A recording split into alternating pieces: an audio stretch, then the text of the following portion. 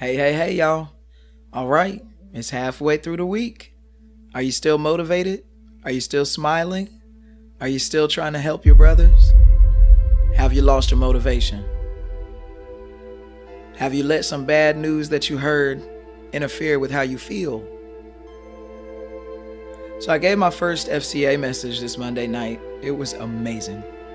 Not me, but the opportunity was.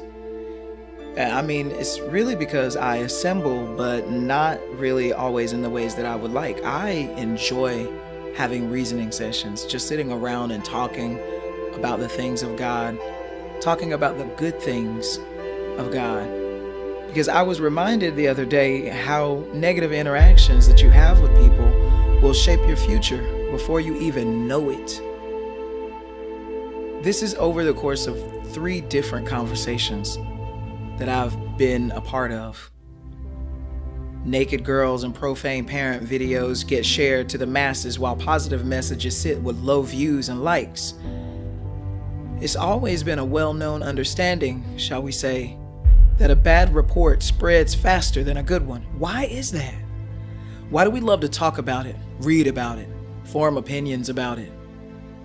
I read an article that said, we spread bad news as a self-defense mechanism. We seek it out because we want to know what's going on, good or bad, to protect ourselves.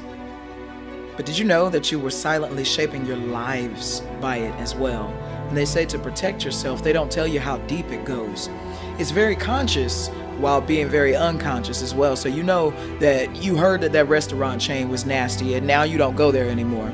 That's a very conscious decision. But what about when you see all of these controversial videos about pastors and the goings on in the church and you silently say to yourself, that's why I don't go to church. Or you enjoy hockey but black folk don't play hockey. See, it sounds like the same scenario, but it's not.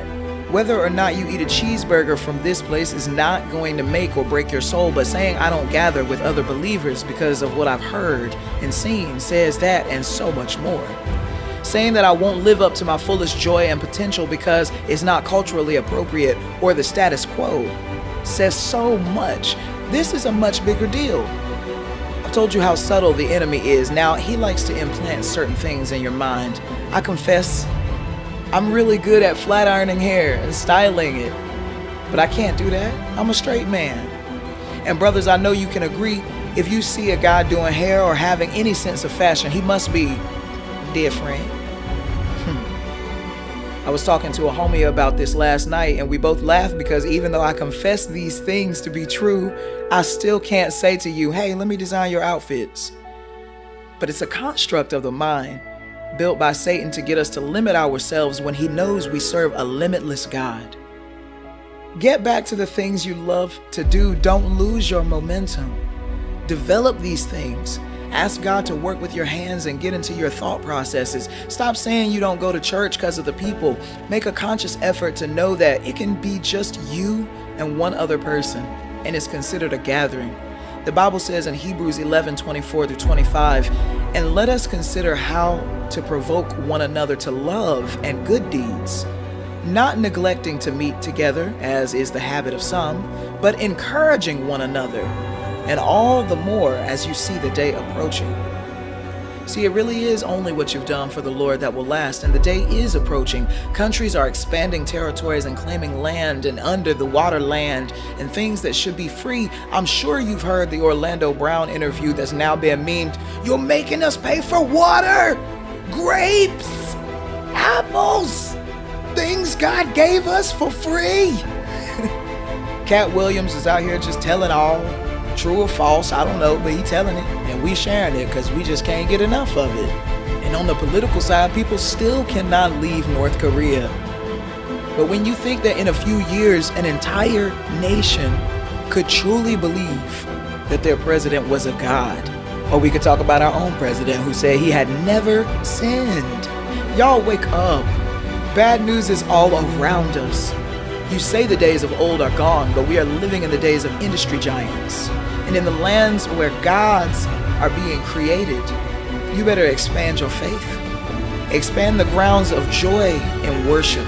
Tell the good news, not the gossip. They want to claim ownership of everything for themselves because they have no faith in a God that guarantees the right way to do it is found in 1 Corinthians 10:24.